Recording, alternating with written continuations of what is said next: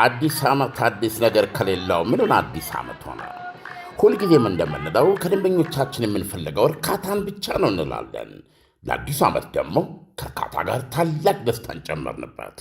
ሽልማት እንደ ሁልጊዜው የወደዱትን አዘው ከወዳጆቹና ከቤተሰቦ ጋር ውብ ጊዜን እያሳለፉ 250 ድርሃምና ከዛ በላይ ተጠቃሚ ሲሆኑ የዕጣው ተሳታፊ ይሆናሉ። ኩፖኑ ላይ ስምና አድራሻውን ሞልተው በተቀመጠው ሳጥን ውስጥ ይከታሉ። ኦንላይን ለምታዙ ደንበኞቻችን ትዕዛዙ ከ250ና ከዛ በላይ ከሆነ ኩፖን አብረን የምንልክ ሲሆን ሞልተው በዱከም ሬስቶራንት በሚገኘው ሳጥን ማስገባቱን አይዘንጉ። ዕጣው የሚወጣው የአይፎን 17 ፕሮማክሱ ኦገስት 8 ሲሆን BYD ሶንግ ፕላስ ብራንድ ኒው መኪና ደግሞ ሴፕቴምበር 12 ይሆናል። የዱባይ ኢኮኖሚ ዲፓርትመንት ፍቃድ የሰጠው የመንግሥት አካል በተገኘበት ዕጣው የሚወጣ ሲሆን በዱከም የሶሻል ሚዲያ ገጾች ላይ በቀጥታ የሚተላለፍ ይሆናል። አይተው ነክተው ዳሰው የመጀመሪያውን ሰልፊ ተነስተው ዕድልዎን ያሳምሩ። በዕጣው ተሳታፊ ለመሆን 250 ድርሃም ወይም ከዚያ በላይ ተጠቃሚ መሆን፣ ለእያንዳንዱ 250 ድርሃም አንድ ኩፖን ይቀበሉ።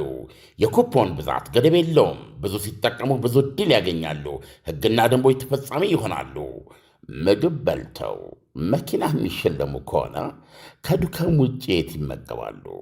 ለሁሉም ውድ ደንበኞቻችን መልካም ዕድል እንመኛለን። ዱካም ዱባይ። ጤና ይስጥልን አድማጮች፣ ይህ አዋዜ ልዩ ላልሰማችሁ ነው። ከመረጃዎቹ ጋር አብርሃም መኳንንት ነኝ። 63 ኢትዮጵያውያን በሳውዲ የሞት ፍርድ ተላልፎባቸው እየተጠባበቁ እንደሆነ ተሰማ። ባለፉት ጥቂት ወራት ውስጥ ደግሞ 7 ኢትዮጵያውያን በሳውዲ በሞት መቀጣታቸው ታውቋል። ጉዳዩ እጅግ መነጋገሪያ ሆኗል። በሰኔ ወር መገባደጃ ላይ በአውሮፓ በተከሰተው የሙቀት ማዕበል ሳቢያ 10,000 ሰዎች ሕይወታቸውን እንዳጡ ተነገረ። ሱዳን በፈጥኖ ድራሽ ኃይሉ መሪና 15 የጦር አዛዦች ላይ የሞት ፍርድ አስተላልፋለችም ተብሏል። ሁሉንም ጉዳዮች በዝርዝር እናስደምጣችኋለን። አብራችሁን ቆዩም። በሰኔ ወር መገባደጃ ላይ በአውሮፓ በተከሰተው የሙቀት ማዕበል ሳቢያ 10,000 ሰዎች ሕይወታቸውን አጥተው አልተባለም። ይፋዊ መረጃዎች እንደሚያመላክቱት ከሆነ በሰኔ ወር መገባደጃ ላይ የአህጉሪቱን ምዕራባዊ ክፍል ባጠቃውና ክብረ ወሰን በሰበረው ከፍተኛ የሙቀት ማዕበል ምክንያት የአውሮፓ አገራት ከ10,000 በላይ ሞቶችን መዝግበዋል ተብሏል። የአውሮፓ በሽታ መከላከልና ቁጥጥር ማዕከልና የዓለም የጤና ድርጅት በሚደግፉት የኔትወርክ ስብስብ የወጣው መረጃ እንደሚያመላክተው ከአጠቃላይ ሟቾች ቁጥር ውስጥ እጅግ ከፍተኛው ድርሻ ማለትም ከ9,000 በላይ የሚሆኑት ዕድሜያቸው 65 እና ከዚያ በላይ የሆኑ አረጋውያን ናቸውም ተብሏል። ከፍተኛ ሙቀት በሰዎች ላይ የሙቀት ምት በማስከተል ወይም የልብና የደም ዝውውር እንዲሁም የመተንፈሻ አካላት በሽታዎችን በማባባስ ለሞት ሊዳርግ የሚችል ሲሆን በተለይም አረጋውያን ለዚህ ችግር ይበልጥ ተጋላጮች ናቸው። ከ27 የአውሮፓ ሀገራት ብሔራዊ የሞት ስታቲስቲክስ የተሰባሰበው ይህ መረጃ የሙቀት ማዕበሉ በፈረንሳይ፣ በስፔን፣ በብሪታንያ እና በሌሎች ሀገራት ከፍተኛ ደረጃ ላይ ደርሶ በነበረበት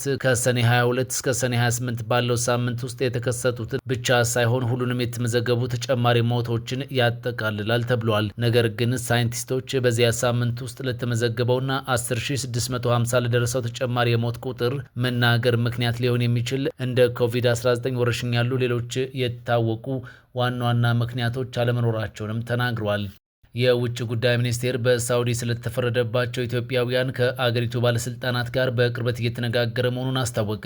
የውጭ ጉዳይ ሚኒስቴር ሳውዲ አረቢያ ውስጥ የሕግ ሂደት ላይ ያሉና የፍርድ ውሳኔ የተላለፈባቸው ኢትዮጵያውያንን በተመለከተ ከሚመለከታቸው የአገሪቱ ባለስልጣናት ጋር በቅርበት እየተነጋገረ መሆኑን አስታውቋል። በርካታ ኢትዮጵያውያን ስደተኞች የሚገኙባት ሳውዲ አረቢያ ከጥር እስከ ሰኔ ባሉት 6 ወራት ውስጥ 7 ኢትዮጵያውያንን በሞት መቅጣቷን ዓለም አቀፉ የሰብአዊ መብቶች ተሟጋቾች አምነስቲ ኢንተርናሽናል ከ3 ሳምንት በፊት ባወጣው መግለጫ አስታውቋል። ሐሚስ ሙሻይት በተባለው እስር ቤት ብቻ ቢያንስ 63 ኢትዮጵያውያን ደግሞ የሞት ፍርድ ተላልፎባቸው እየተጠባበቁ መሆኑን አምነስቲና ሌላኛው ዓለም አቀፉ የሰብአዊ መብቶች ተቋም ሂውማን ራይትስ ዎች ገልጸዋል። የውጭ ጉዳይ ሚኒስቴር ዛሬ ሰኞ ሐምሌ 6 2018 ዓ.ም ባወጣው መግለጫ የኢትዮጵያ መንግስት በውጭ ሀገር ለሚገኙ ዜጎቹ ደህንነት ጥበቃና የቆንጽላ እገዛ ትልቅ ቦታ እንደሚሰጥ እንደሰጠም ጠቅሷል። ከዚሁ ጋር በተገናኘ መንግስት የህግ ሂደት ላይ ያሉና የፍርድ ውሳኔ የተላለፈባቸው ኢትዮጵያውያንን በተመለከተ ከሳውዲ ጋር በከፍተኛ የመንግስት ደረጃ መነጋገር እንደቀጠለም ቢቢሲ ዘግቧል። በተጨማሪም ሪያድ ውስጥ በሚገኘው ኤምባሲና በጅዳ ቆንስላ ጽህፈት ቤት አማካኝነት አስቸጋሪ ሁኔታዎች ለገጠሟቸው የኢትዮጵያውያን ዜጎች ሰብአዊነትን ከግምት ያስገባ እርምጃ እንዲወሰድ የሚደረገው ጥረት መቀጠሉንም ገልጿል። በዲፕሎማሲያዊ ቢሮዎቹ አማካኝነት ኢትዮጵያውያኑ የቆንስላ ድጋፍ እንዲያገኙ ለማድረግና ተገቢውን መፍትሄ ለማስገኘት ከሚመለከታቸው የሳውዲ ባለስልጣናት ጋር መደበኛ ግንኙነትና ገንቢ ውይይት እየተደረገ መሆኑንም ጠቅሷል። ሚኒስቴር መስሪያ ቤቱ እንደሚገልጸው ጥረቶች ሳውዲ ውስጥ ፍርድ የተላለፈባቸው በአጠቃላይ 1971 ኢትዮጵያውያን ንጉሳዊ ምህረት እንዲያገኙ አስችሏል። እነዚህን ኢትዮጵያውያን ወደ አገራቸው የመመለስ ተግባር መጀመሩንም በመግለጫው አንስቷል። ውጭ ጉዳይ ሚኒስቴር ኢትዮጵያውያኑ ምህረት እንዳገኙ ከአንድ ወር በፊት ማስታወቁ ይታወሳል። መስሪያ ቤቱ ይህንን በገለጸበት ሳምንት ደግሞ የሳውዲ አረቢያ መንግስት 4 ኢትዮጵያውያን ላይ የሞት ፍርድ መፈጸሙን ገልጿል። የሞት ፍርድ የተላለፈባቸው ኢትዮጵያውያን አብሯቸው የነበሩት ሰዎች ላይ ፍርዱ ሲፈጸም እየተመለከቱ ጭንቅ ውስጥ መግባታቸውን ከዚህ ቀደም መናገራቸው ይታወሳል። ኢትዮጵያውያኑ ለሞት ፍርድ ያበቃቸው የህግ ሂደት ተገቢውን መንገድ ያልተከተለ እንደሆነ በማንሳትም ይከሳሉ። የሂውማን ራይትስ ዎችም ሚያዚያ ላይ ባወጣው መግለጫ ይህንን ጠቅሷል። የተቋሙ ከፍተኛ ተመራማሪ የሆኑት ናዲያ ሃርድማን ሳውዲ አረቢያ መሰረታዊ የህግ ሂደት በሌለባቸው የኃይል ድርጊት በሌለባቸው ወንጀሎች የተከሰሱ ስደተኞችን በሞት ለመቅጣት ፈቃደኛ መሆኗ መብቶቻቸውንና ህይወታቸውን እንደማታከብር ያንጸባርቃል ብለዋል። ዛሬ መግለጫ ያወጣው የኢትዮጵያ ውጭ ጉዳይ ሚኒስቴር በበኩሉ በውጭ የሚገኙ ኢትዮጵያውያንን ጥቅም መብትና ደህንነት ለማስጠበቅ የሚያስችሉ የዲፕሎማሲና የቆንስላ አማራጮችን በሙሉ መጠቀም እንደሚቀጥልም አስታውቋል። ሱዳን በፈጥኖ ድራሽ ኃይሉ መሪና 15 የጦር አዛዦች ላይ የሞት ፍርድ አስተላለፈች። የሱዳን ፍርድ ቤት ከአገሪቱ ጦር ጋር ጦርነት ላይ ያለውን የፈጥኖ ድራሽ ኃይል በሚመሩት መሐመድ ሐምዳን ዳጋሎ ወይም በቅጽል ስማቸው ሄሜቲ ላይ በሌሉበት የሞት ፍርድ አስተላለፈም። ሄሜቲ የሞት ፍርድ የተፈረደባቸው በጦር ወንጀል፣ በሰብአዊነት ላይ በተፈጸሙ ወንጀሎች እንዲሁም በምዕራብ ዳርፉር ክልል በተካሄደ ዘር ማጥፋት ነው። የጸረ ሽብርና በአገር ላይ የተፈጸመ ወንጀልን ጉዳዮችን የሚመለከተው ችሎት ሄሜቲ በተጨማሪ 15 የፈጥኖ ድራሽ ኃይሉ ማለትም አርኤስኤፍ አዛዦችና አጋሮቻቸው ላይ በስቅላት የሞት ፍርድ እንዲፈጸም ውሳኔ አስተላልፏል። በፖርት ሱዳን የሚገኘው ፍርድ ቤቱ ውሳኔውን ካስተላለፈባቸው መካከል የሄሜቲ ወንድምና ምክትላቸው የሆኑት አብዱልራሂም ሐምዳን ዳጋሎ ይገኙበታል። ሌላኛው ወንድማቸው አልቆኒ ሐምዳን ዳጋሎና የፈጥኖ ድራሽ ኃይሉ የምዕራብ ዳርፉር አዛዥ አብዱራህማን ጁማ ባርካላም ተፈርዶባቸዋል። አቃቤ ሕግ ክሱን የመሰረተው በምዕራብ ዳርፉር ዋና ከተማ በሆነችው በኤል ጀኒና የተፈጸሙ ወንጀሎችን እንዲሁም እንደ አውሮፓውያን አቆጣጠር በሰኔ 2023 ከሐሚስ አባካር የተባሉ የግዛቲቱ አስተዳዳሪ ግድያ በማካተት ነው። ፍርድ ቤቱ ተከሳሾቹ በሰላማዊ ሰዎች ላይ ጥቃቶችን በማቀነባበር እንዲሁም ትምህርት ቤቶችን፣ የአምልኮ ስፍራዎችንና የመኖሪያ አካባቢዎች ላይ መጠነ ሰፊ የሆነ ውድመት በመፈጸምና በመዝረፍ ጥፋተኛ ናቸው ብሏል። ዳኛው መሐመድ አልአሚን ሁሉም የፈጥኖ ድራሽ ኃይል ንብረቶች ተወርሰው ለሱዳን መንግስት ገቢ እንዲደረጉ የወሰኑ ሲሆን የአገሪቱ ባለስልጣናት ኢንተርፖል ግለሰቦችን በቁጥጥር ስር አውሎ እንዲያስረክባቸው እንዲጠይቁ ማዟል። በሱዳን እንደ አውሮፓውያን አቆጣጠር በ2023 የእርስ በርስ ጦርነት ከተቀሰቀሰ ወዲህ በፈጥኖ ድራሽ ኃይሉ አመራሮች ላይ እንዲህ አይነት የፍርድ ውሳኔ ሲሰጥ ይህ የመጀመሪያው ነው። ይሁን እንጂ ቡድኑ በርካታ የምዕራብ ሱዳን ስፍራዎችን በመቆጣጠሩና መሪዎቹም ከባለስልጣናት እይታ ርቀው ስለሚገኙ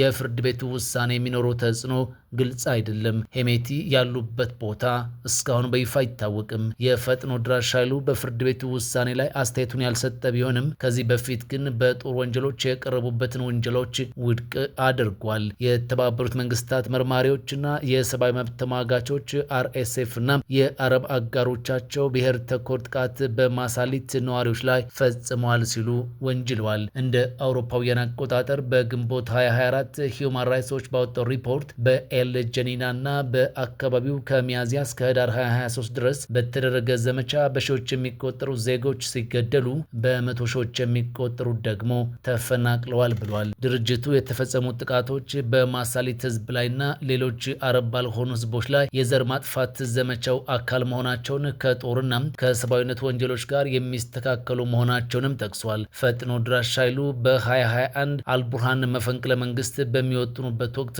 እገዛ አድርጎላቸዋል። ይህ ግን ጀነራል ሐምዳን ዳጋሎ የመከላከያ ኃይላቸውን ወደ ጦር ሰራዊቱ የማዋሃድ እቅዱን ከተቃወሙ በኋላ ወደ አለመግባባትና ወደ ጦርነትም አድጓል። አዲስ ዓመት አዲስ ነገር ከሌለው ምኑን አዲስ ዓመት ሆነ? ሁልጊዜም እንደምንለው ከደንበኞቻችን የምንፈልገው እርካታን ብቻ ነው እንላለን። ለአዲሱ ዓመት ደግሞ ከእርካታ ጋር ታላቅ ደስታን ጨመርንበት። ሽልማት እንደ ሁልጊዜው የወደዱትን አዘው ከወዳጆቹና ከቤተሰቦ ጋር ውብ ጊዜን እያሳለፉ 250 ድርሃምና ከዛ በላይ ተጠቃሚ ሲሆኑ የዕጣው ተሳታፊ ይሆናሉ። ኩፖኑ ላይ ስምና አድራሻውን ሞልተው በተቀመጠው ሳጥን ውስጥ ይከታሉ።